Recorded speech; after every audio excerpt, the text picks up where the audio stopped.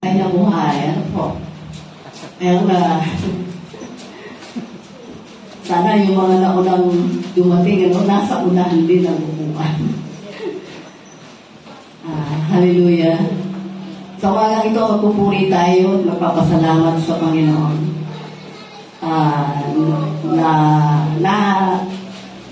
Mga nakakaraang araw, nagme-meditate ako.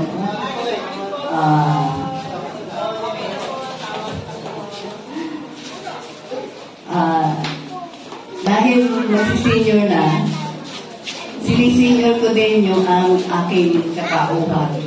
Ako ba ay patuloy na lumalago o naging stagnant na? Kaya nag-start akong magdasal ng aklat ng Romans. Kasi dito, tinutuko yung lahat ng kasalanan ng tao.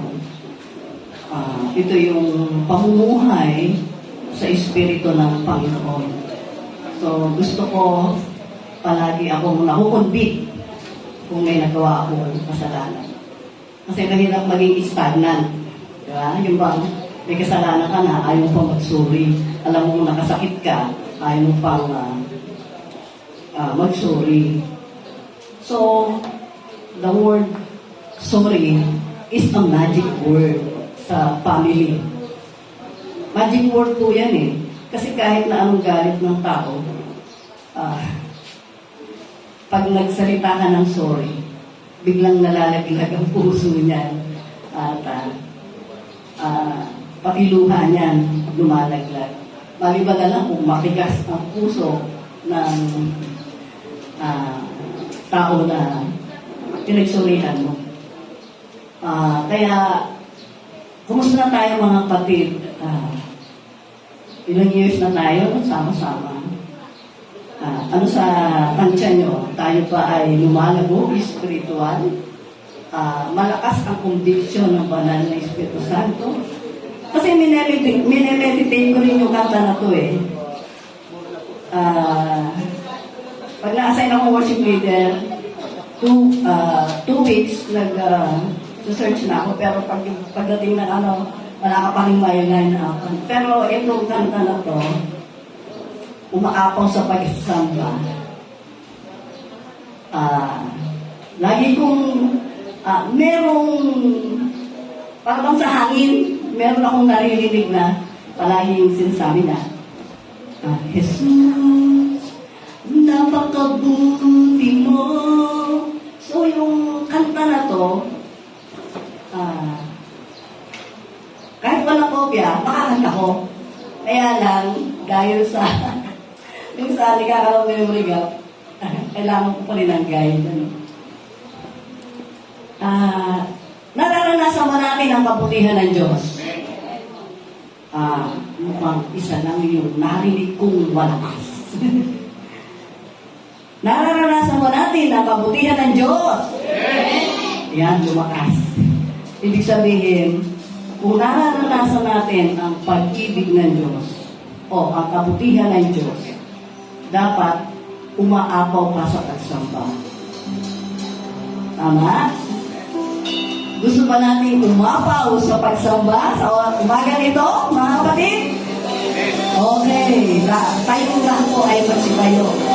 At paapawin natin ang pagsamba sa Panginoon. Hallelujah! Salamat ang tawag sa panin. Kapagkat napakabuti ng Panginoon. Hallelujah!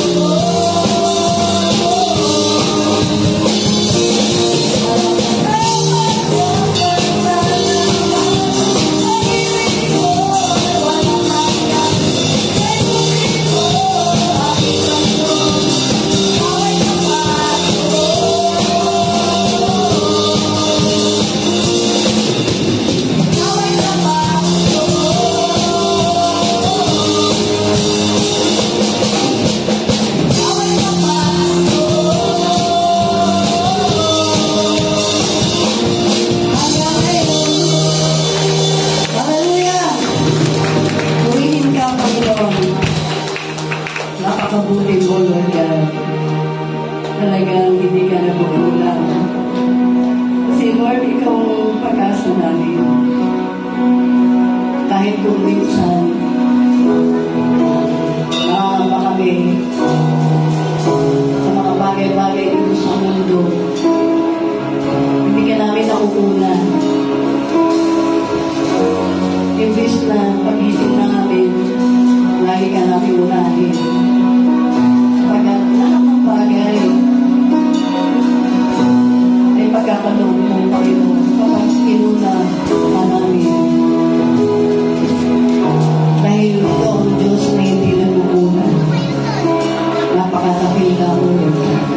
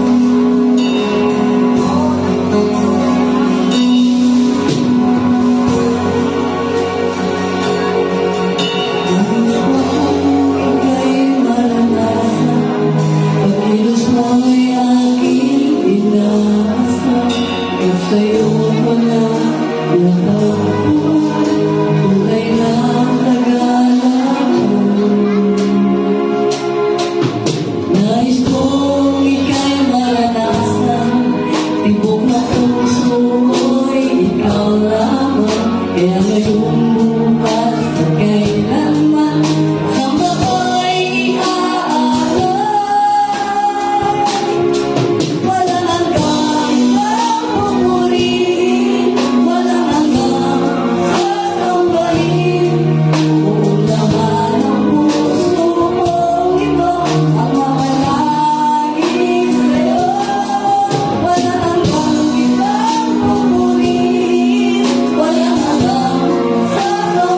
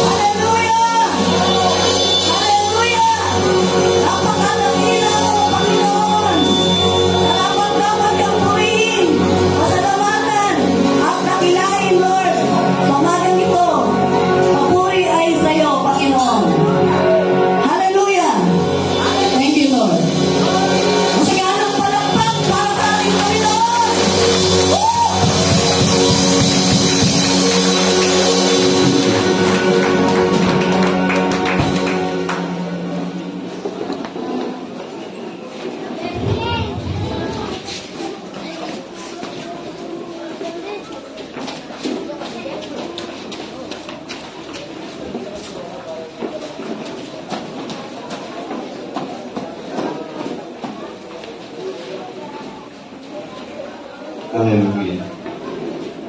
Glory be to God. Magandang umaga po sa bawat isa. Amen. Ano yata? Glory to God. Sige po, magandang umaga po sa bawat isa. Sa pangalan natin Panginoon, the Lord is good. Amen, amen. Isa nga po malakas na papuri na palakpak sa ating Panginoon. Hallelujah, hallelujah.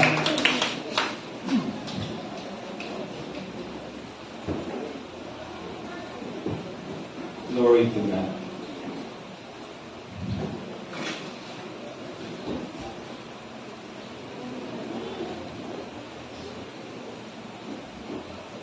Amen.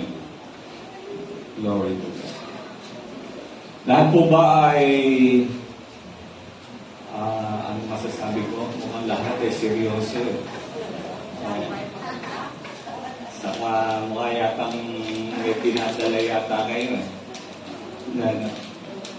Kaya po natin na ang Panginoon ang siyang magbigay po sa atin ng kagalakan. At ang kagalakan ng Panginoon ang siyang ating maging kalakasan. Hallelujah. Sandali nga po tayo manalangin. Panginoon, muli, nagpapasalamat kami sa araw nito, sa araw po ng Linggo ng Panambahan. Sa ito namin itinataas ang aming pong buhay, ang aming pagsamba, ang aming pong pagpupuri at pasasalamat sa iyo. Salamat po sa katatapos na awitan ng papuri ng pagsamba sa iyo. Nawa ikaw ay naluwalhati at naparangalan sa aming po mga alay ng papuri mula sa aming puso. Salamat po, pinagpala niyo po ang araw nito at ikaw rin po magawad sa amin ng katwil at kalinisan ng kapanalan mula sa handog ng aming Panginoon Jesus, ang kanyang banal na dugo. At maging ang banal na Espiritu na siyang patuloy na nagbabanal sa amin. Samahan niyo kami sa aming pong pagsamba at bigyan kami ng Espiritu ng kagalakan, ng halagasan, ng kapanatagan at kapayapaan sa gitna, Panginoon, ng mga kapaguran sa kabila ng kabalahan at mga bagay na kailangan po ng bawat isa. Naniniwala po kami na meron pa magandang bagay na ianda sa amin, sa kabila na meron po kami ng mga pasanin. Ikaw po ang mag-aalis ng kabigatan ito at papalitan mo ng kagaanan, kaaliwan mula sa banal na Espiritu. Pinagpala niyo po ang aming buhay sa araw nito at patuloy niyo aming sama at gabayan, maging mga paparito at maging aming mga kapatid nakasama po namin online. Ikaw po mabot sa kanila at magpala sa kanila. Salamat po sa iyong gawain at ikaw po ang siyang may taas. At ito ang aming panalangin sa pangalan ng Panginoon Jesus. Amen, amen. Sige po, isang pa po nating palakpakan at purihin ang ating Panginoon. Hallelujah. Isa po malakas na palakpak. Marami po tayo na bakatimpuan. No, nasaan mo kaya? Saan mo kaya sila ngayon? No, glory to God. Sa haba ng weekend natin, sa haba ng bakasyon natin, nasa bakasyon pa rin. Nagbabakasyon pa rin. No? Halos ilang araw, wala Lunes hanggang ngayon. No? Isang linggo halos. At iba-ibang karanasan po natin. No? Mag-isa na karang halalan. Bagamat tapos ng halalan, dala pa rin po minsan yung resulta at bungang bagay nito. Tayo man po ay pinalad at ipinalad. Ang Diyos po ang siyang nagbigay po ng, sabi nga, yung anumang plano'y balakin natin, ang Diyos po ang nagbibigay pa rin ng resulta ng bagay nito. Kaya magpasalamat pa rin tayo sa Panginoon, anumang po mga pangyayari at naganap, ito na karang halalan, tayo man po ay natalo, nalaya, o anumang bagay, tapos na po election. Amen. At bubo na tayo, no, lagi na ang paglilingkod ay para sa Panginoon. Hallelujah. So umagang ito, nais ko pong dalhin po sa inyo sa panibagong buwan natin pong pagsamba sa Panginoon. We are in the month of November. No? Halos pangalawang huling buwan sa taong ito. Diba? Next month, December na. Diba? Makulay na yung ating makikita. Makikita na natin ang kulay ng Pasko. Pero yung simoy ng Pasko mo, mainit yata ngayon. No? Nakapag-long sleep pa ako. No, glory to God. Pero ganoon pa man po, maasa tayo, magbabago rin ng panahon, lalamig din. At sa umagang ito, ang ating pong tema ay patungkol po sa anim. Pastor, dami yan. Huwag kayo mag-alala, anim lang yan. No, napakinabang sa pag-aaral ng mga propesiya sa Biblia. Sabi nga po natin, prophecy. Propesiya. Meron po nagsabi, at ito po ay si Dr. David Jeremiah, at kinuha po ito sa kanya, ang pag-aaral po daw ng propesiya o mga hula sa Biblia ay nalintulad po doon sa talinghaga na kwento mula sa Luke chapter 10 verse 30 to 37. At ito'y very familiar na sa marami. At ito po ay ang The Good Samaritan.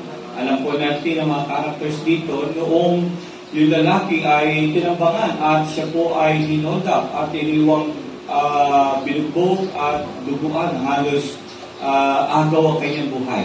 Di ba? Dumaan po sa pagkakataon na yun yung isang saserdote pero hindi siya tinulungan, dumaan lang sa gilid, no, at nilampasan. Pagkatapos, dumaan po yung Levita, no, tagapaglingkod din sa templo at maaaring maging saserdote. Pero nung makita rin po yung duguan ng tao at agaw buhay, ganoon din po kanyang ginawa. No? Hindi tinulungan, bagkus dumaan lang sa gilid at nilampasan. Bali, sabi po, hindi ko nilutuloy yun, ang pag-aaral po tungkol sa mga propesiya sa Biblia ay tulad ng saserdote at levita, no, sa kwentong ito. Ano ginagawa? Gumigilid. No, iniiwasan, no, yung pwede niyang tulungan. Minsan, sa pag-aaral din po natin ng banal na kasulatan, pagka patungkol na sa propesiya o mga hula sa Biblia, para po tayo ng mga saserdote, no, at mga levita sa kwentong ito na gumigilid at nila iniiwasan at nilalampasan ang mga bagay patungkol sa mga hula sa banal na kasulatan. Actually, ang hula ay ito po ay mga pangyayari na magaganap sa darating na panahon. At maaari naman ang hula ay mga pangyayari na naganap na sa nakarang panahon. Inihula at na-fulfill. At meron pa rin mga hula na to be fulfilled o magaganap pala. Sa ating pag-aaral patungkol po sa propesiya, yamang ito po ay napapanahon, we are in a biblical prophecy. Sa panahon po natin ngayon, nagaganap po ang mga major biblical prophecies. Aware po ba kayo ron? Are you aware? Yeah. Pagka nagpunta kayo sa YouTube, halos lahat po, ganun po yung makikita niyo mga presentation. Mas lalo na kung ang pag-aaralan ninyo yung pangyayari sa bayang Israel. Ang bagay nito ay nilayan po natin na talakayin sa inyo upang tulungan tayong magabayan ng tamang pagkaunawa at pamumuhay ayon sa mga hula sa Biblia sa mga kaganapan sa huling panahon. Sino po sa inyo magsasabi at nag-agree that we are in these last days? Amen. Ayaw niyo sumagot. Wala po ba tayo sa huling panahon? Actually, ang last day sa banal na kasulatan nagpasimula matapos ang Panginoon Jesus bumalik sa langit. That was the beginning of the last days.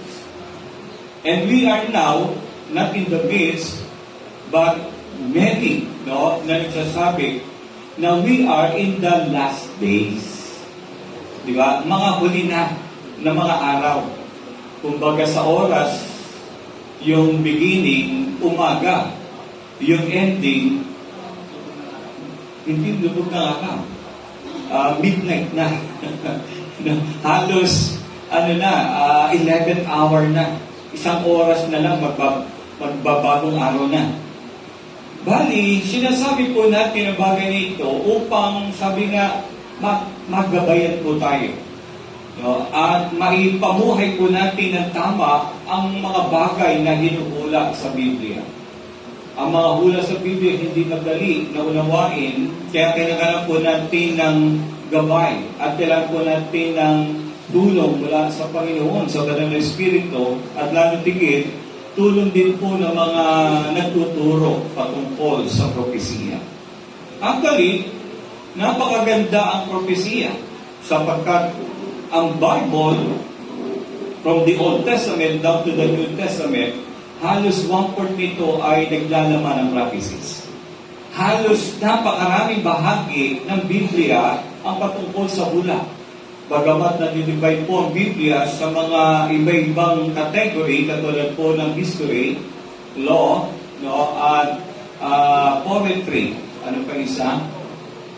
Libilig. At ang huli nga po ay yung tatawag natin, yung gospel, no? Actually, gospel is the history. Yung prophecy. No? Kaya po, napakalaga na maunawaan po natin yung mga basic prophecy sa Bible na may kinalaman po sa ating panahon.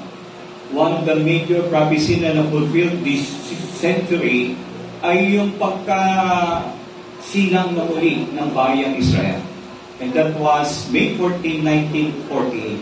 Since then, nung muli na nagbalik sa mapa ng mundo ang bansang Israel, ang naging timetable na tinitingnan ng mga tagapagturo ng Biblia with regards sa prophecy ay ang bayang Israel. And look at now, no?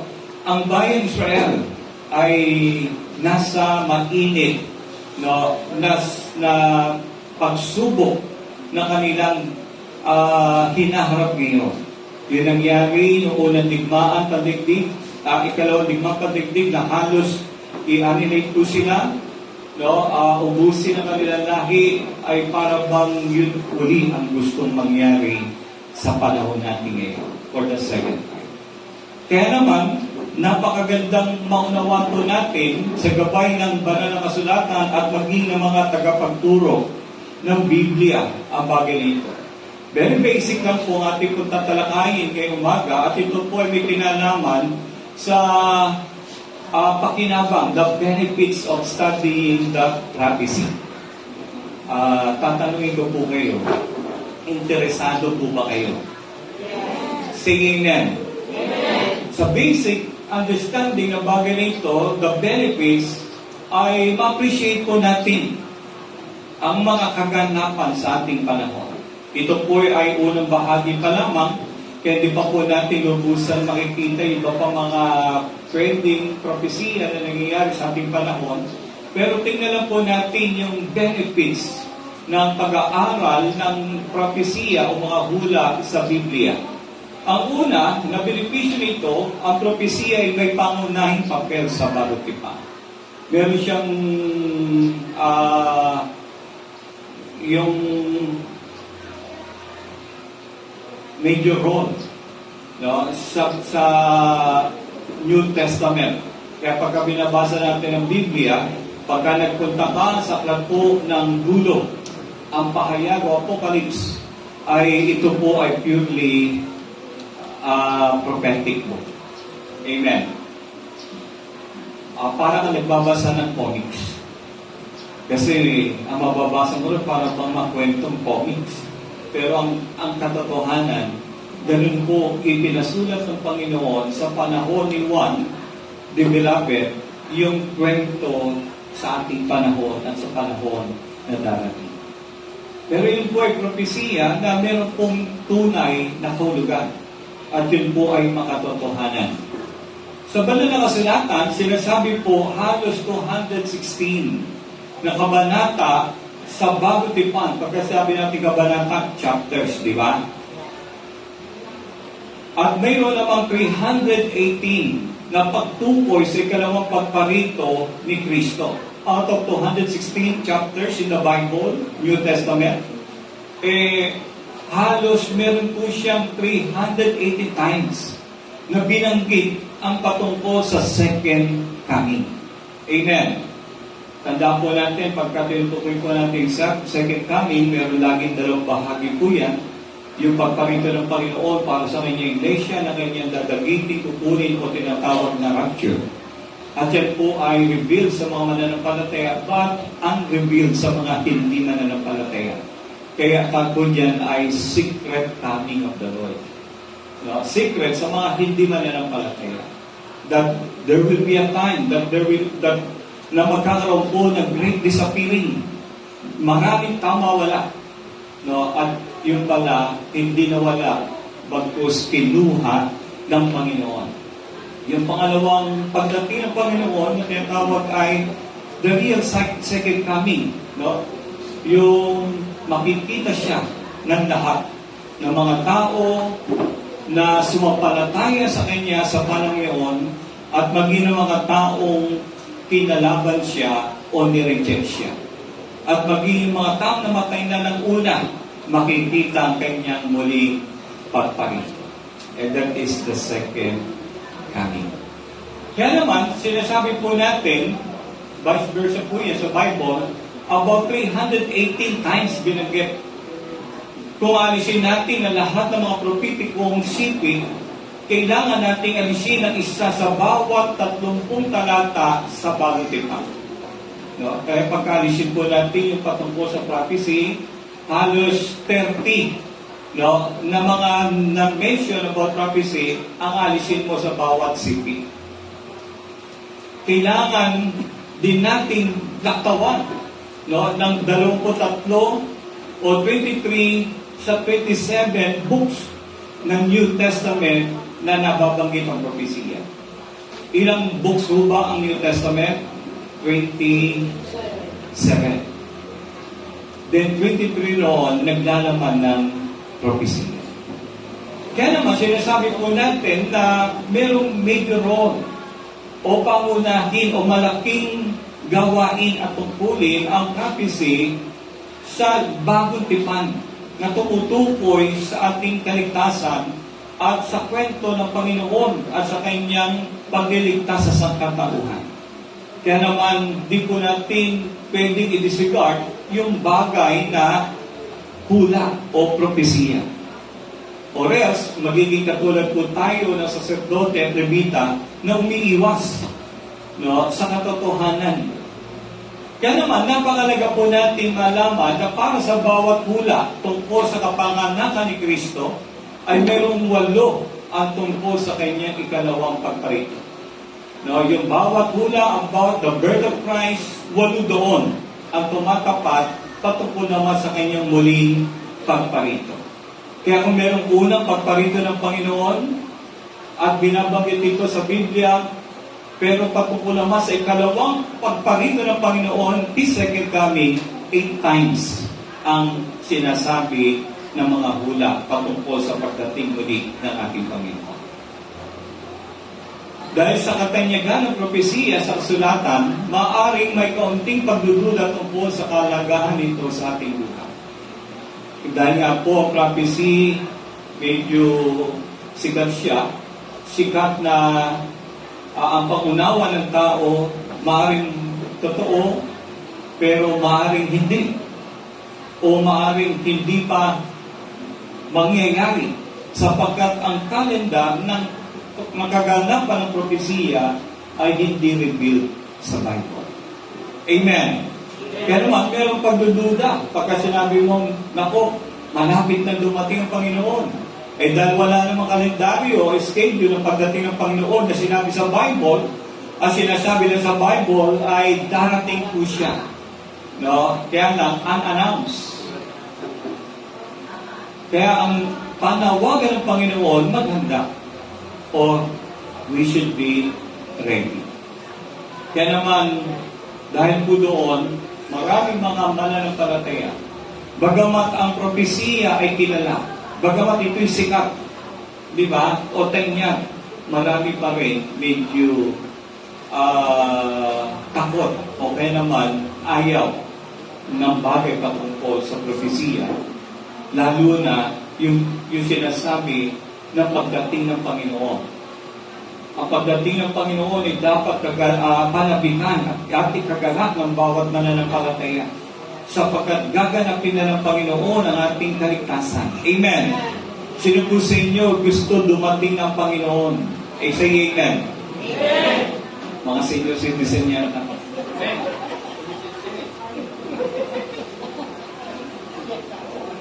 Sino ayaw pa dumating ang Panginoon? Mga bata. Kaya may bias talaga ang tao, di ba? Lalo na yung mga may plano pa sa buhay. May pangarap pa na gusto mabuting. At yung mga maliliit na bata na kinakanan lumaki pa. Di ba? Para ba pagdating ng Panginoon, maudot lahat. Pero alam niyo po, alam ng Diyos sa kanyang gagawin pagka siya bumalik. Amen. At ito'y para sa ating kabubuti. At ikaliligtas at kaganapan ng kaligtasan. Kung malalaman lang po natin ang benepisyo at yung plano ng Panginoon sa kabuuan. Kaya naman, huwag po natin isipin, pwede bata. Sa bata, para bang sayang, mahaba pa panahon na pwede pa ikapoy sa mundo. Sa matatanda, okay na kasi marami na akong sakit sa katawan. Gusto ko na ng bagong katawan, yung maluwalhati. Di ba? Marami tayong biases patungkol dito. Pero ano man po, ang pagbabalik ng Panginoon, whether you like it or not, naka-schedule po yan sa langit. Amen. No, kaya lang, walang nakakaalam sa langit, maliban ng Ama. At I believe even the Lord Jesus Christ sa ngayon, alam niya kasi siya babalik. Nung siya na sa lupa, hindi alam. But because of the, sabi nga, situation ngayon, sa takdang panahon. Based on Luke chapter 12, verse 54-56, alam niyo po, may katangian ng tao pagdating sa pagbula. Sino sa inyo rito, mataas ang intuition niya? Yung kanyang tutubo. Yung kanyang hula. Ayun. Si Kuya Alex, mainis lang eh. Kaya pagdating sa dagat, alam niya kung ulan o hindi. At maaari, alam mo rin kung mayroong huli o wala. Di ba? Sabihin, meron kang instinct doon sa bagay na yun. Kaya sinasabi ng Panginoon sa mga tao, kapag nakita ninyo kumakapal ang ulap sa kanluran, sinasabi ninyo uulan. At ganoon nga ang nangyayari. Ibig sabihin, meron tayong pangunawa sa pagbasa sa pwedeng mangyari. Physically, yung ulap, pagka nakita mong dumidilim, humahangin at pupunta rito, ano mangyayari? Ulan. Mas lalo na pagka may tribunada. At nakikita naman ang ulap pagka maliwanag. Amen. Kahit na gano'ng kalayo yan, alam mo, uulan dito, hindi. Pero kung nakikita mo, umiikot at papunta na rito at madilim, alam mo, ulan dito. Ito'y isang literal na pangyayari na sinasabi ng Panginoon ng tao meron siyang pangunawa na bumasa ng isang bagay na pwedeng mangyari. Dahil lang po sa nakikita niya na tanda. Amen. Amen. Merong marks. Merong indicator na sinasabi na posibleng umulan. Pero minsan, dahil po, bagamat nakita mo na, sa lakas ng hangin, natangay pa rin. Hindi rin umulan. No? Pero unusual po yun. At kung umiihip ang hangin mula sa kanluran, silangan, kanluran, yung paglubog ng araw, di ba, sa West Philippine Sea, yan. Sinasabi ninyong iinit at nagkakagayon na. Yun po yung pangalawa. Yung una, yung pangalawa, hangin. Na sinasabi roon na, pwede posibleng ulan. Kasi direction ng hangin ay sa kanluran. Ay iinit ang panahon. Siguro ngayon mainit. Ang pakanluran ng hangin. Sinasabi ng Panginoon sa kanila, mga mapagkunwari. Medyo mabigat, no?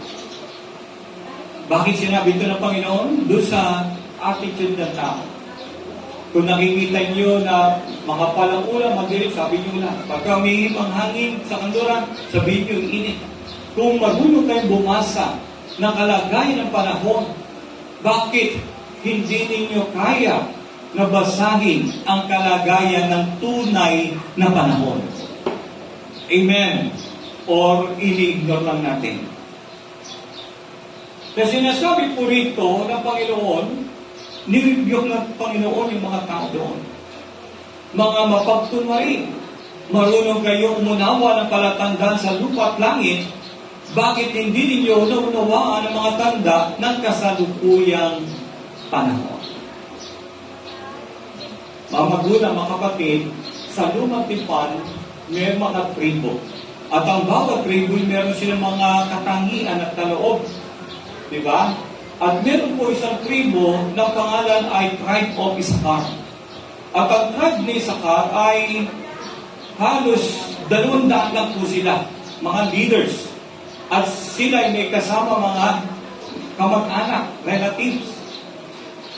But all these men understood the signs of the times and knew the best course for Israel to take. Mga magulang, mga kapatid, dapat tulad din po tayo ng isang lipi ng Israel at ititinatawag na Issachar. At ang Issachar ay kaunti lamang pero meron silang pangunawa sa kalagayan ng panahon. At sinasabi nila kung ano ang dapat gawin. Amen. Yun po ang purpose. Nalalaman nila, naunawaan nila yung kalagayan ng kanilang panahon dahil sa mga tanda na kanilang nakikita. So that, upang sa ganoon, malaman nila kung ano ang dapat gawin ng bayan ng Diyos. Amen. Mga magulang, mga kapatid, ang purpose po pala ng hula, mas lalo na ko ito ay malapit mangyari o nangyayari na sa ngayon at meron pang hula na dapat mangyari, ay upang bigyan tayo ng pagkaunawa na hindi lang ang hulay nangyayari, sapagkat ang hula talaga nangyayari at mangyayari. Lalo na kung ito po ay absolute prophecy. Propesya na nakatala sa Biblia na talagang mangyayari. Pero sinasabi po, yung ganung bagay ay upang tayo, katulad ng tribe of Issachar, malaman kung ano ang dapat gawin ng bayang Israel o na kanilang sambahayan o na kanilang gagawin sa kanilang buhay sa panahon na yun para iugma, iugnay, i-apply yung hula ng Panginoon para sa kanilang ikatatagumpay o ikabubuti. Amen! Beneficial ho ba ang hula o hindi? Beneficial. Depende ito kung paano mo titingnan, paano mo unawain, at paano mo i-apply. Kaya kung sakali na sinasabi ng marami ang kaganapan sa lugar po ng Middle East, especially sa lugar po ng Israel, na ngayon po ay naka-engage sa gera. Noong una, yung Russia at Ukraine at nagsasabi, nako, hindi yan ang palatandaan. Kaya binabaliwala ng iba. Pero ang digmaan, nagtagal. At inabot ng panibagong digmaan. At nangyari po yung digmaan, na biglaan, yung pag-atake ng Hamas sa lugar po ng Israel. At kung titingnan mo po, ang Israel that time ay merong pista. Meron silang support, yung Feast of Tabernacle. At karamihan sa kanila, naghahanda sa panibagong araw. Kaya early in the morning at 6:30 in the morning, meron silang festival. Meron silang parade at ipaparada nila yung tablets, yung stone, yung Torah. At yun po yung celebration nila na nagpapahayag from 1948 until now. Nagse-celebrate sila ng 75 years. Silver Jubilee. Para bang silver. 75 years. Kaya sa araw na yun, kahit-hindi ka nangyari, instead na magdiwang sila, nagkaroon po ng biglaang deklara ng digmaan. Amen. At dahil po doon, nagulantangan marami, biglang napalingon ng mga tao, bansa, sa bayang Israel. Sapagkat ang Israel ay ang bayan ng Diyos at ang Israel ay ang timetable ng Diyos with regard sa fulfillment of prophecies. Kaya marami nang mapulumabas na mga nag-interpret ng prophecies. Ginagawa po natin ito upang magbigay daan po tayo, no, at magabay po tayo sa pagkaunawa at paano natin i-apply. Ano ba ang layunin ng prophecy? Ang prophecy ay tutulungan tayo na maunawa at malaman ang kaganapan sa ating panahon at kung paano tayo dapat mamuhay sa ating panahon upang tayo ay magtagumpay. Amen ba yun? At patuloy pa rin tinitingnan yan sapagkat pagka nag-escalate po yan, lumawak po yan, mag-engage sa ibang bayan o bansa surrounding Israel, merong another prophecy na pinupulfill. Amen. Na sa uling panahon, pupugpugin ng iba't ibang bansa o bayan ang bayang Israel na nangyari before at nangyayari uli ngayon. Pero meron pang greater prophecy doon. Pagka nag-engage ang Iran at nag-engage ang Russia at nag-engage ang Turkey, nag-engage yung iba pa mga ally, no, enemies ng Israel, merong major prophecy na mangyayari at yun ang tinatawag na the Gog and Magog War. Ezekiel 38. Ang Ezekiel 36, 37 na fulfill. Ang inaantay, yung Ezekiel 38. Yung nauna, yung muling pagtatatag. No, ang una ay yung pagdating ng Panginoon. Pangalawang pagtatatag ng bayan ng Israel. Pangatlo ay yung muling pag-arito ng Panginoon. Kaya yun po yung tinitingnan. At in case mangyari po yun, kaya tinitingnan yung Russia, tinitingnan ang Iran, tinitingnan ang Jordan, Lebanon, Ethiopia, ang Sudan.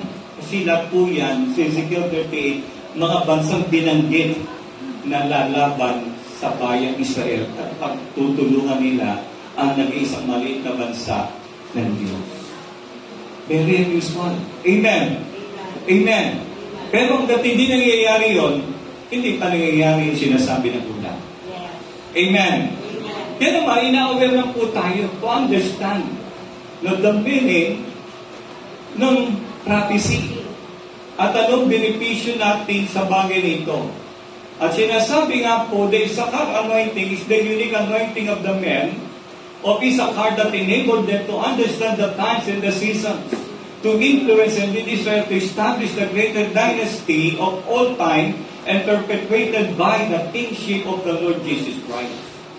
Kaya makikita po natin, no, yung Issachar, yung kanilang understanding of the sign of the times so that they may know, no, how to lead Israel sa panahon nila.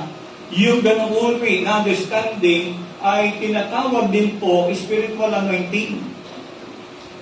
Na dapat din po ang church ng Panginoon and even yung mga bawat mananampalataya ay magtaglay ng ganitong uri ng espiritu or anointing upang sa ganon malaman po natin ang katotohanan patungkol sa hula at may apply po natin ito sa ating pamumuhay. In case sinasabi at ikaw convinced na ang Panginoon ay di pa darating kasi hindi pa napupulfill yung hula, may epekto sa ating pamumuhay yan. Amen. Ano ang epekto? At siyempre, di pa darating ang Lord, di ba? Ano gagawin? Relax. Pero kung sakali naman, sinasabi ng prophecy na ang Panginoon ay papalapit na, nandiyan na, magra-rapture na ng church, ano ba mauna? Yung rapture of the church o yung visible second coming ng Lord? Rapture. Ilang years ang difference? 7 years, literal. Amen. Ibig sabihin, yung second coming, 7 years yun. Aantay mo after the rapture. Pero yung rapture, ang announce po yun. Yung second coming, pagka nangyari po yung rapture, bumilang ka lang ng 7 taon. No, yung calendar po natin, darating ang Panginoon.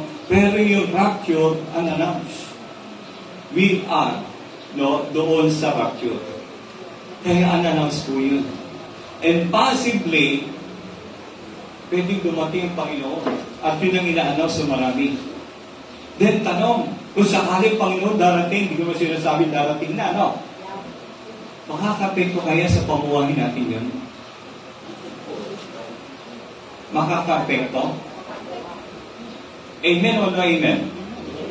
Amen.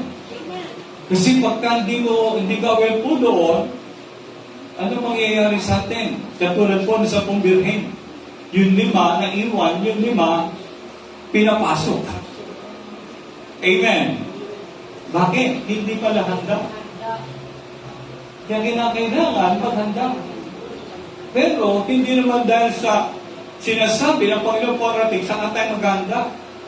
Kundi ang paghahanda ay kailangan sapagkat di natin alam kung kailan darating ang Panginoon. At ang Panginoon ay masigit na nalalapit sa ngayon kumpara noon. At yung iba-ibang uri na palatandaan ay naririyan. Kaya naman sa pangalawa, pinatutunayan ng propesiya ang integridad ng kasulatan. Pagka sinabi natin the integrity of the Scripture, ibig sabihin ng mga prophecy nangyayari o nagaganap. At ang isang mahalagang kaganapan sa prophecy noon ay ang pagparito ng Panginoon. At yun ang tinatawag natin kapanganakan ng Panginoon at yung unang pagparito ng Panginoon. Sa mga araw na lumatipan ng mga propeta o tagakita o seer, at mga tao ng Israel ay patuloy na naghihintay sa pagdating ng Mesiyas. No, at dumating ang Mesaya. Sinabi ni Pedro, ng Pedro 1:11, tungkol sa kaligtasan ito, masusing nagsinasat, nagsuri ang mga propeta nagpahayag tungkol sa kaloob na nakalaan sa inyo. Ang kaloob po doon ay kaligtasan at ang biyaya ng kaligtasan. Sinuri nila kung kailan at paano ito mangyayari. Ano sabi noon? Sinuri. Amen. Talagang pinag-aaralan. Hindi ito hinahayaan o para bang iniiwasan. Kundi sinuri nila the early Christians. Diba? Yung maging sa mga lumang tipan, alam nila kung kailan darating ang Panginoon. Kaya lang, hindi rin nila, sabi nga, nakita ang pagdating ng Panginoon. Kasi, sikreto rin. Kaiba yung kanilang paghahanda, kaiba yung kanilang anticipation. Akala nila darating ay hari na talaga makapangyarihan. And dumating hari, no? At isinilang sa pasamsama. Kaya, sabi nga, kinakailangan pa rin isang masuri na pag-aaral sa bagay nito. Ang palang ito'y tinutukoy ng Espiritu ni Kristo na nasa kanila ng unang ipahayag nito, ang hirap na titiisin ni Kristo at ang karangalang tatamuhin niya. Kaya yung mga prophecy na na-fulfill, ito po yung prophecy ng pagparito ng Mesaya sa kanyang kapanganakan, sa kanyang ministeryo, sa kanyang sakripisyo, sa kanyang mga maging sa kanyang kamatayan. Hanggang sa dumating yung pag-alis ng Panginoon at ang susunod na propesiya na antay ay yung muling pagparito ng Panginoon ayon sa kanyang salita at pangako. Ngunit ito'y hindi lamang messianic na hula. Marami pang pangyari na naganap gaya ng hinuhula sa Biblia, yung pagbagsak ng lungsod ng Tiro ayon sa propesiya ni Ezekiel, sa Ezekiel 26, 1-21, yan po yung pagbagsak ng lungsod ng Tiro. At pagkatapos sa kamatayan ni Alexander the Great, hinula rin po yan, hinati ng kanyang mga general ang kaharian sa 4 na bahagi.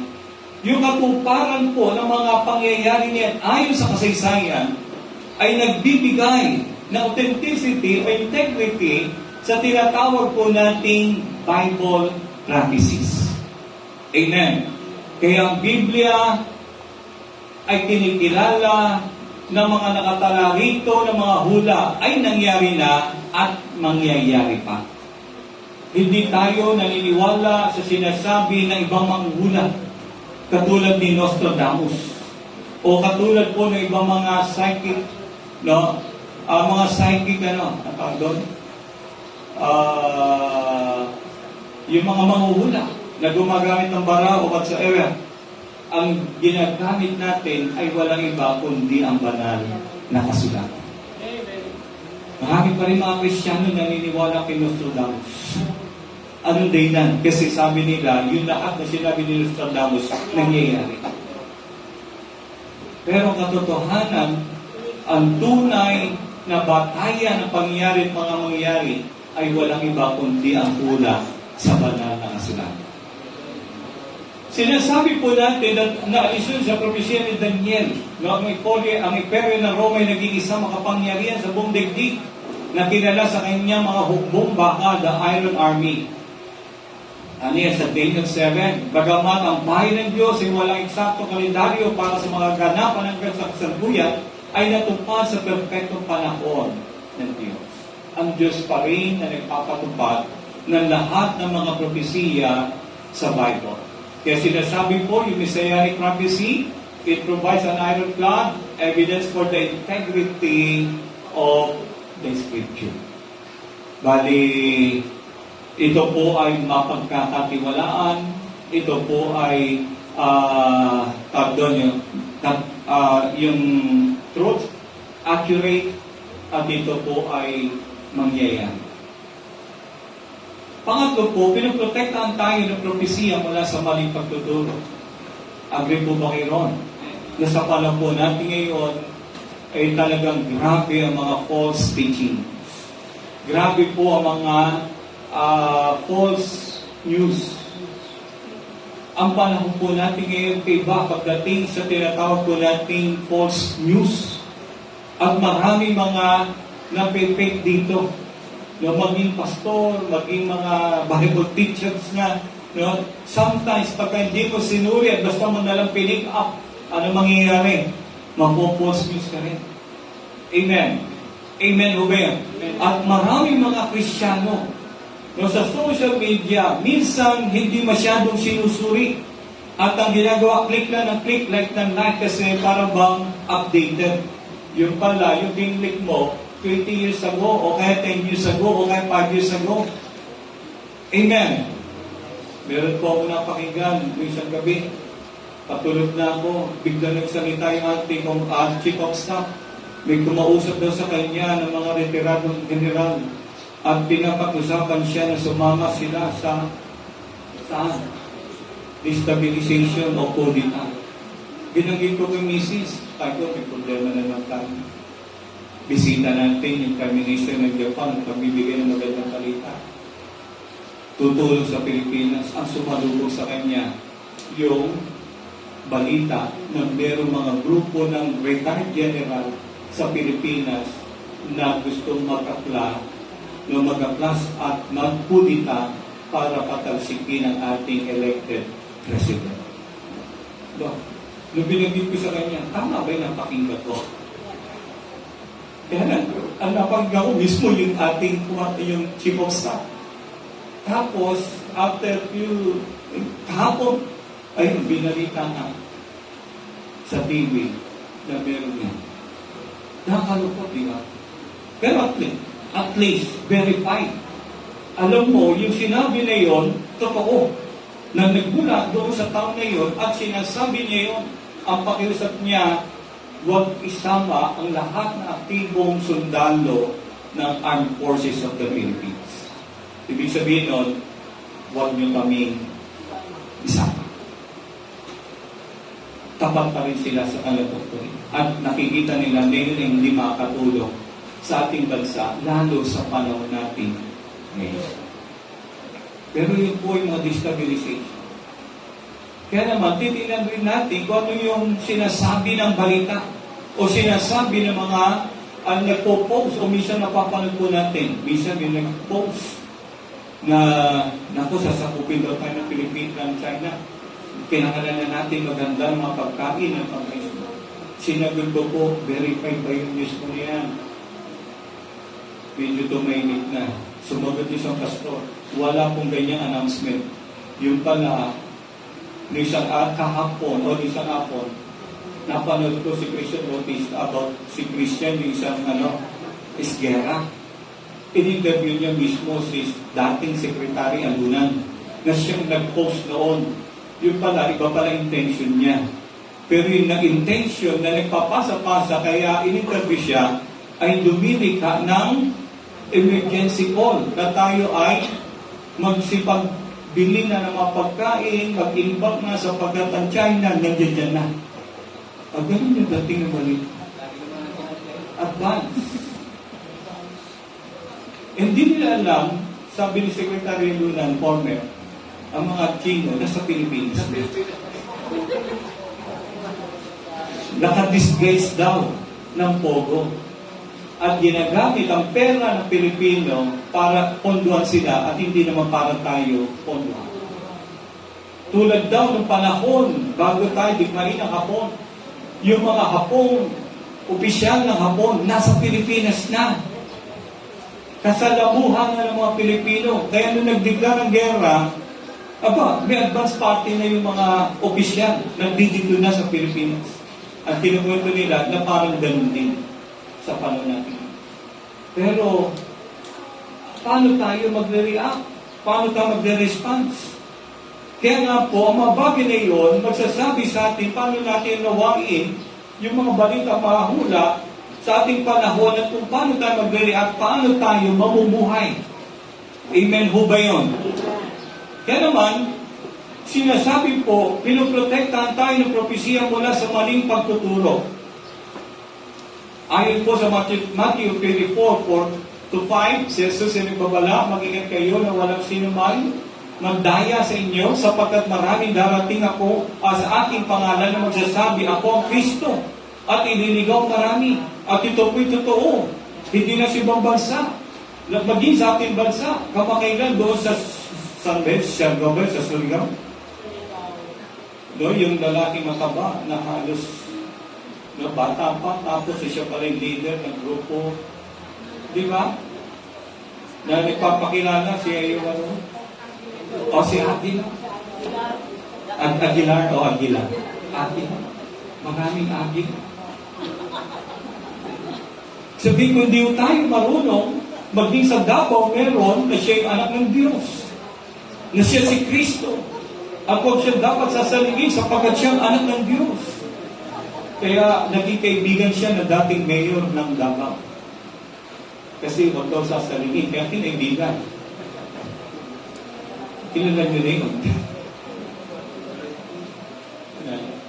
Kaya sinasabi po, napakalaga ng babalang ito na inuulit po sa Biblia sa Mark 13 at sa Luke 21.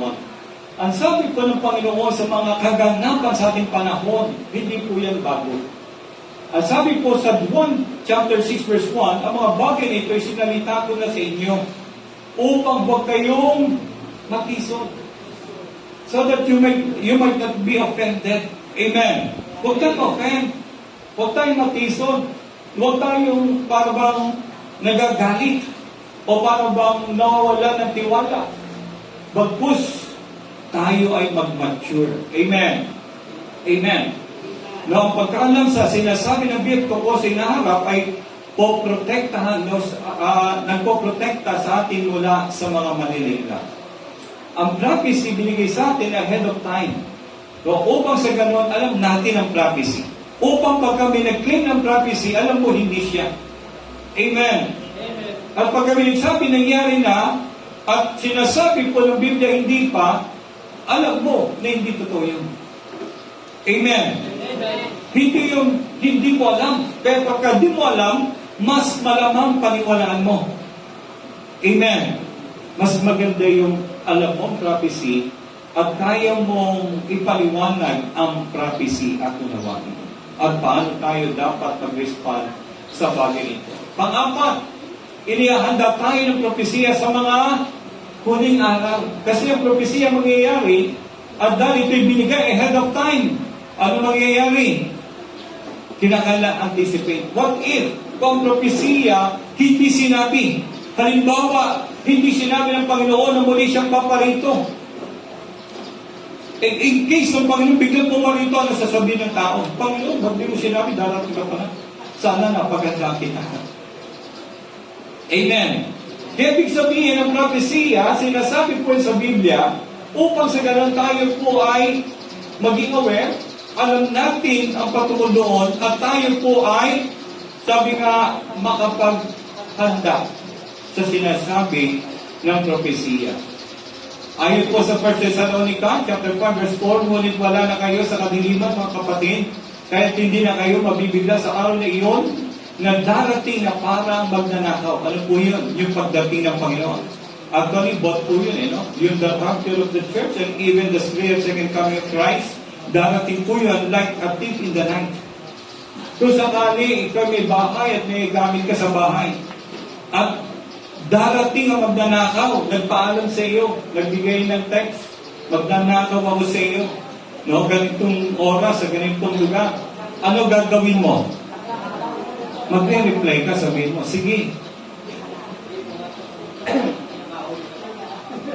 Pagkahanda kita. Dahil naghanda ka, hindi darating magnanakaw. Bagkus darating siya sa ibang araw na maaaring wala ka roon, maaaring tulog ka, o maaaring hindi ka aware, o nakalimutan mo na. Amen. Ang isang magnanakaw, hindi siya magpapaalam na siya magnanakaw. Pero hindi sinasabi ang Panginoon magnanakaw, kundi tulad din sa pagnanakaw, ang pagdating niya kasi dadagitin niya, kukunin niya yung kanya. Yung church ng Panginoon, ng mga believers ng Panginoon. Kaya pagdating ng Panginoon, biglaan po yan, unannounced. Mabilis.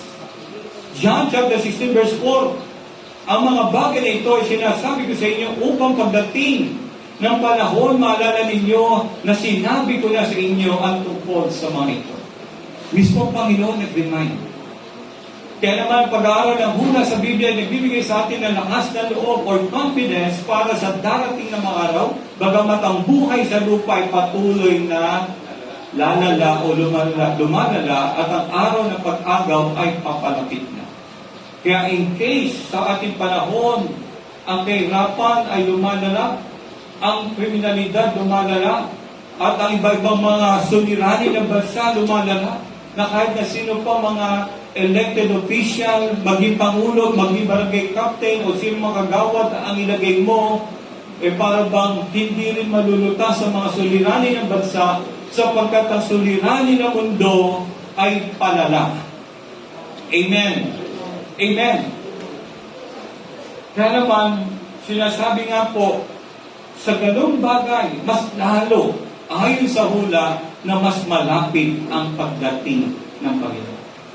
Yun yung tawag po natin, pagnakaw o yung pag-agaw ng Panginoon sa mga sumasampalataya sa Kanya. Kaya nga sabi, always be ready for what? Rapture. Sino naniniwala po sa inyo about the rapture?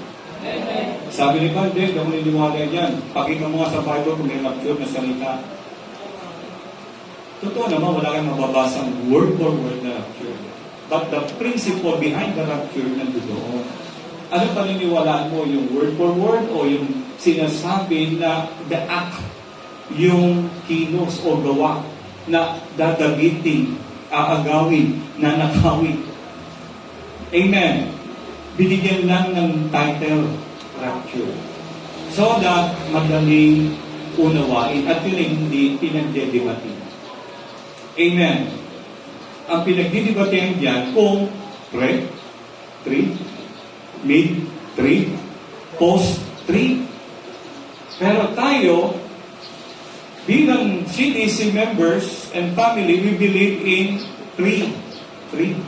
Bago magkaroon ng 7 taon na kapigatian sa mundo, ay kukunin na ng Panginoon ang mga sumampalataya sa Kanya.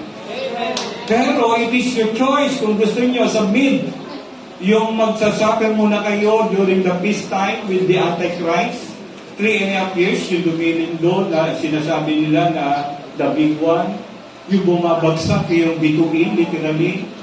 Yung nagkakaroon ng hurricane na signal number 10, 12, 13. Catastrophic po sa panahon ng tribulation. Kaya ayaw ng Panginoon na tayo dumaan doon. Amen. Mas lalo na yung nagmamalaki, post yan, kinakailangan tayo talaga pugutan muna ng ulo bago tayo pumasok sa karya ng lahat. Alam niyo po ba kung ilang bata pinugutan ng ulo ng Hamas nung unang araw na yun? 4 na po. At meron pong napakinggan si Amir Terpati na isang Israeli broadcaster na siya, sabi niya, nagbablog po siya, meron isang pamilya na meron baby o bata. Ang ginawa, yung bata nilagay sa oven, binig. Habang yung nanay, kasama ang asawang lalaki, nirape yung asawang babae sa harapan ng asawang lalaki. At pagkatas gawin yun, binaril o pinatay.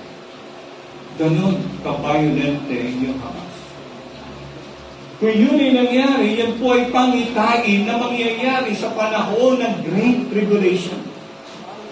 Kasi doon sa unang 7 taon, yung first 3.5 years, peaceful yan. Ang Antichrist magde-declare ng peace.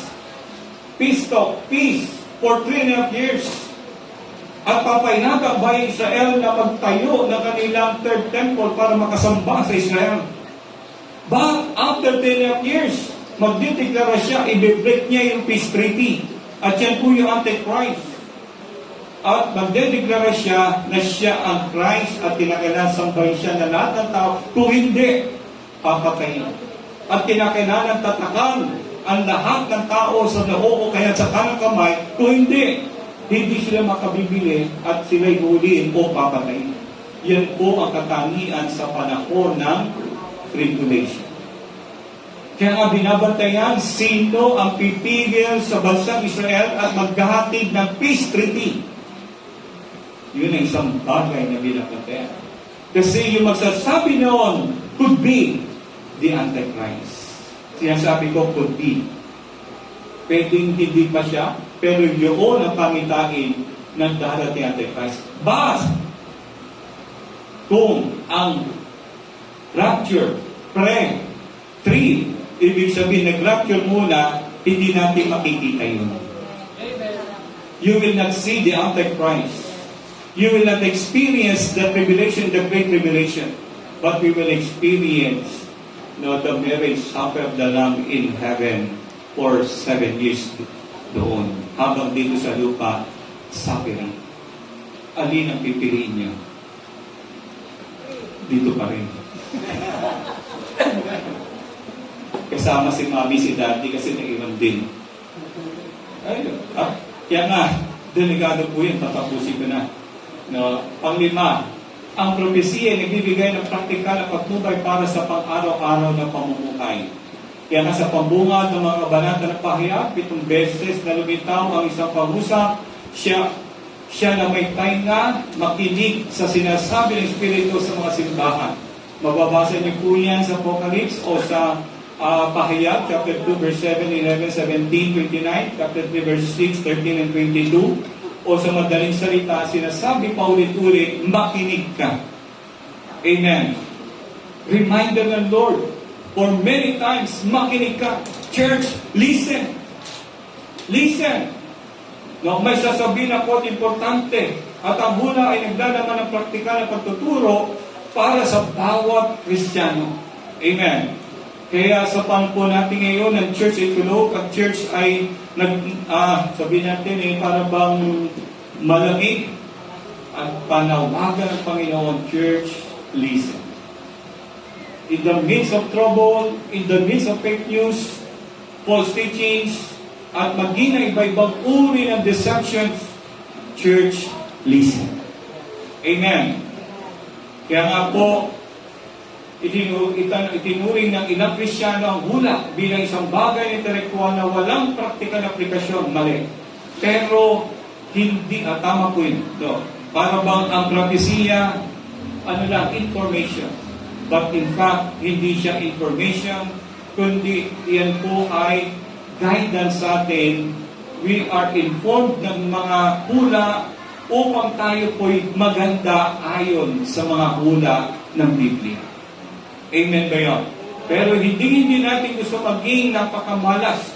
No, sa hinaharap, pat napapabayan natin ikapit ang makabuluhang katotohanan ng Diyos. Ibinigay niya sa atin ang katapayag upang tulungan tayo asahan kung ano ang darating at masakapat tayo para mabuhay na wakas. Panghuli, ang propesya ng ako ng espiritual na pagpapala. Alam mo ba na ang aklat na pahayag ay ang tanging aklat sa Biblia na nangako na may premyo no, sa lahat ng magbabasa dito. Parehong simula at ang katapusan ng aklat ay nagpakita ng gantimpala. Sa payag 1:3, mapalad ang bumabasa at nakikinig sa mga salita ng hulang ito, tumutupad ang mga bagay na nasulat dito sapagkat ang oras ay malapit na. Sa pahayag huling chapter 22, verse 7, ang pagpapala, mapalad na tumutupad ng mga salita ng hula ng aklat na ito. The same.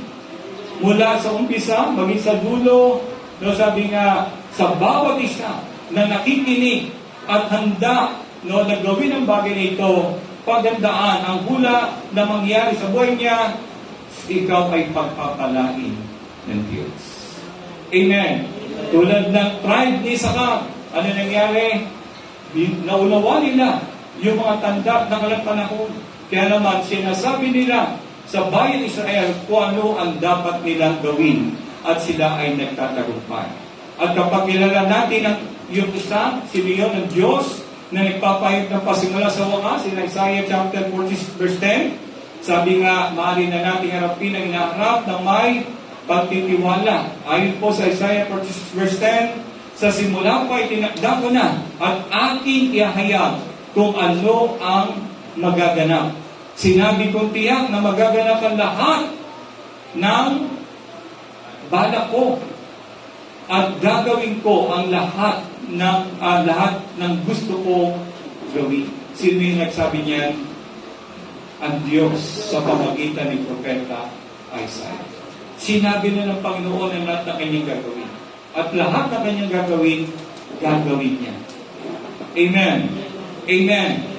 Kaya, ang prophecy helps us face the future with confidence. Tayo po ay dudulog sa Panginoon sa ating communion. Tinatawagan po natin ang mga kapatid to assist us at ang ating praise and worship team.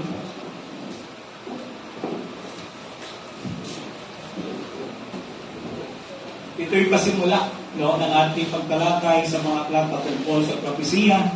Kaya po natin, no, huwag tayong matakot, no, huwag nating iwasan. No, bayong pwede niyong aralin. Then pagka sa pagtuturo, pwede natin unawain. Amen po ba yun? Kasi nagamit yan sa YouTube. Thank you.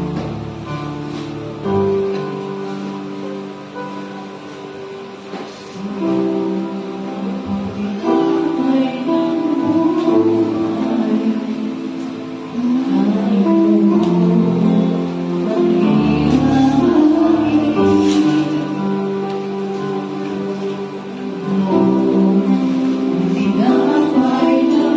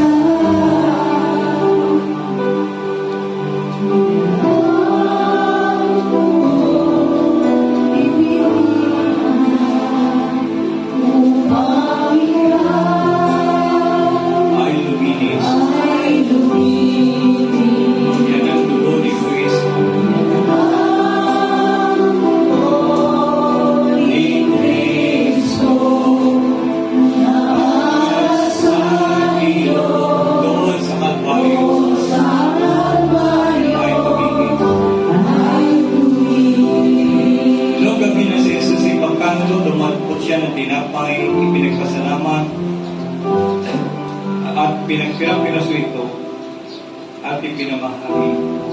Sabi niya, itong aking katawan, kanin ninyo. Gawin ninyo ito bilang pag-alala sa akin. Panginoon, maraming salamat po sa pag-alala sa iyong ginawa sa krus ng Kalbaryo. Ang pagtubos sa lahat po ng aming kasalanan na dapat kami ang siyang mag-alay ng buhay, subalit hindi namin pwedeng gawin sapagkat tanging ikaw lamang ang pwedeng gumawa sa katutubos naming kasalanan. Pero ipapasalamat kami sa paghihirap, maging sa pamatayan at pag-ako sa kaparusahan. Salamat po sa pangalan ng Panginoon Jesus.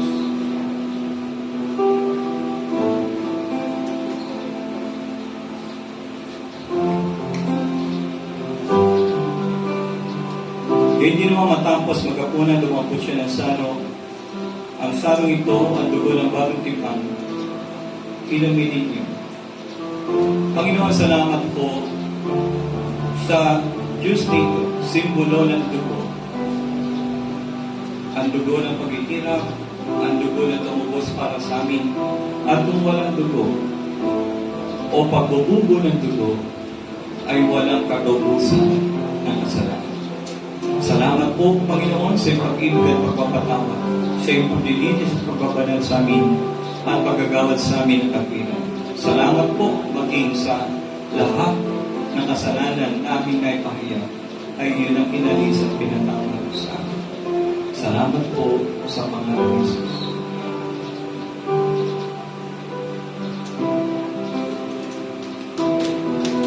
Hallelujah.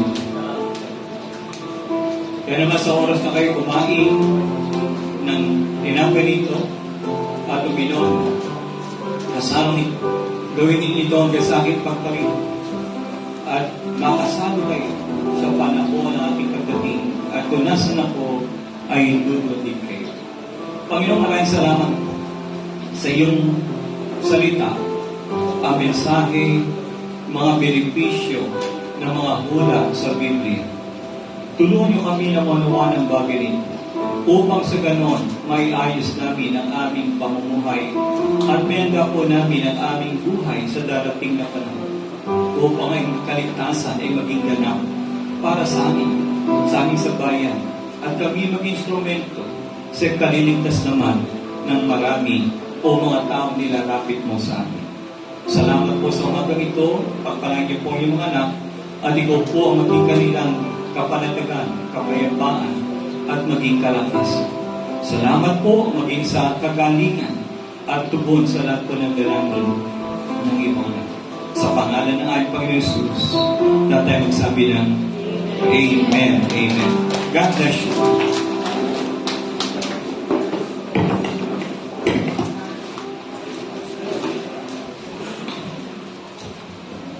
Sige po, tayo po ay dadako na po sa ating pong pagkakalo.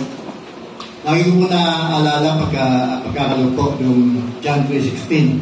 Ang sabi ko doon, kaya na lamang ang pag-ibig ng Diyos sa sanlibutan, kaya binigay niya kayo bugtuhan na upang sino mang sumampalataya ay di mapahamak, kundi magkaroon ng buhay na walang hanggan. Doon po yung gano'n po ang pag-ibig po ng Diyos. Handa pong magsakripisyo, handa pong ibigay dahil sa pagmamahal niya sa atin. Yun po yung ginawa niya. Tayo naman po, bilang anak ni Diyos, ito rin po dapat po natin gawin. Sa ating pong pagkakaloob ay may tatlong bagay po ang iniipos sa ating Panginoon. Yung ating pong oras, yung ating pong mga talento, at yung pinakahuli po, yung ating pong mga treasure. Sa ating pong mapagbibigay ay nabigay po ba natin yung dapat-dapat. Sa ating po bang time, nagamit po na pa natin doon ang ayos para po sa Panginoon. Sa ating po mga talento, tayo po ba ay napaglingkod? Nagawa po ba natin na bigyan po natin ng papuri ang ating pong Panginoon? Sa ating po mga mga treasure,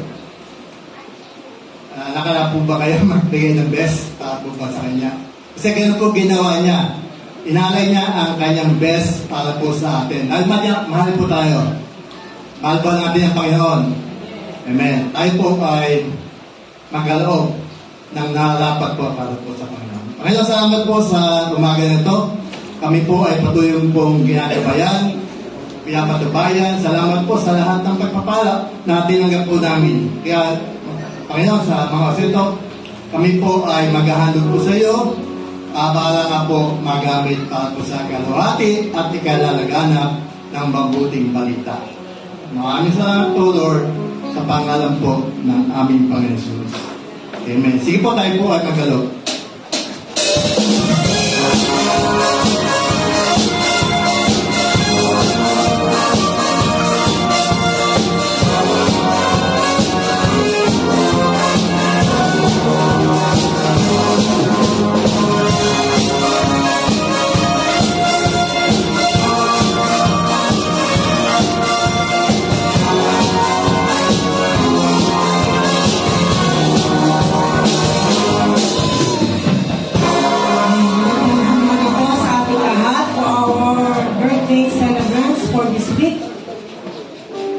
Number 6, Nathaniel Ramos.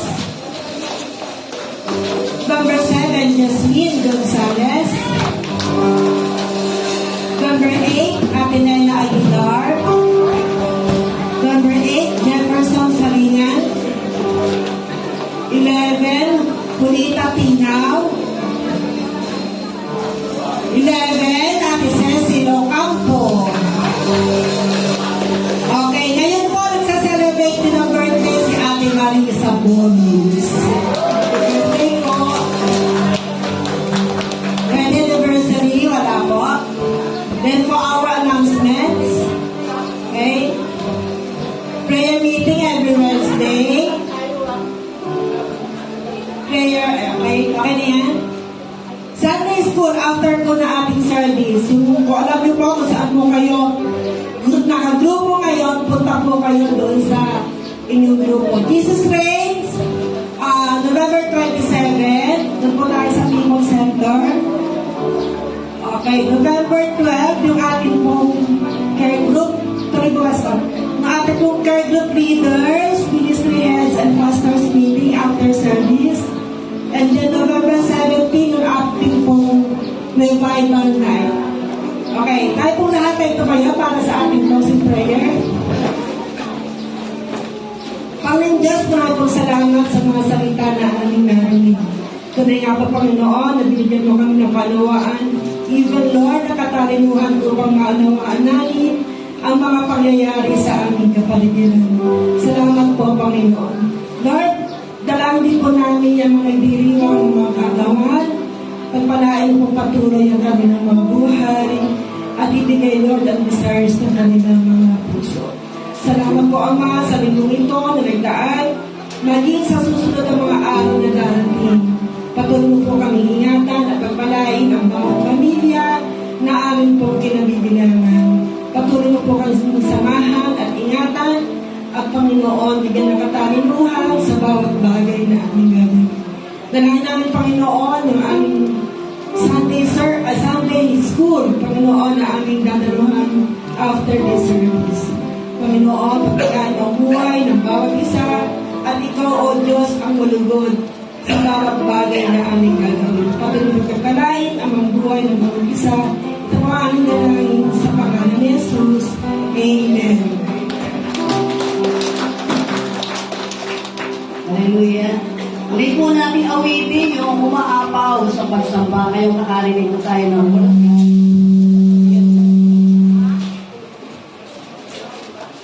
Yan natin kung umaapaw talaga yung ating pakikinig at pagsamba.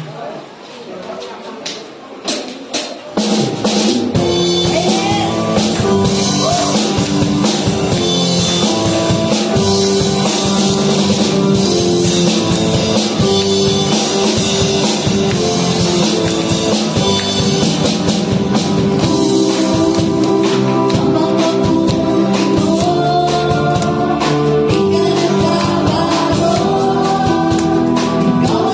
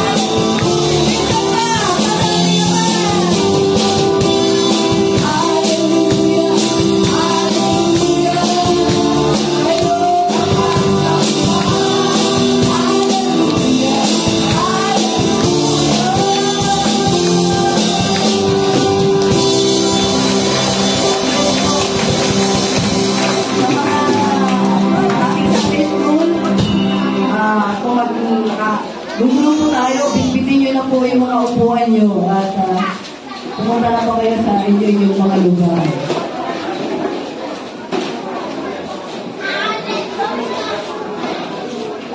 Yung pang-apat na grupo, doon po sa medyo likod ng ating audio room. Nandun po si Kuya Marcel, gagabay po kayo sa pang-apat na grupo.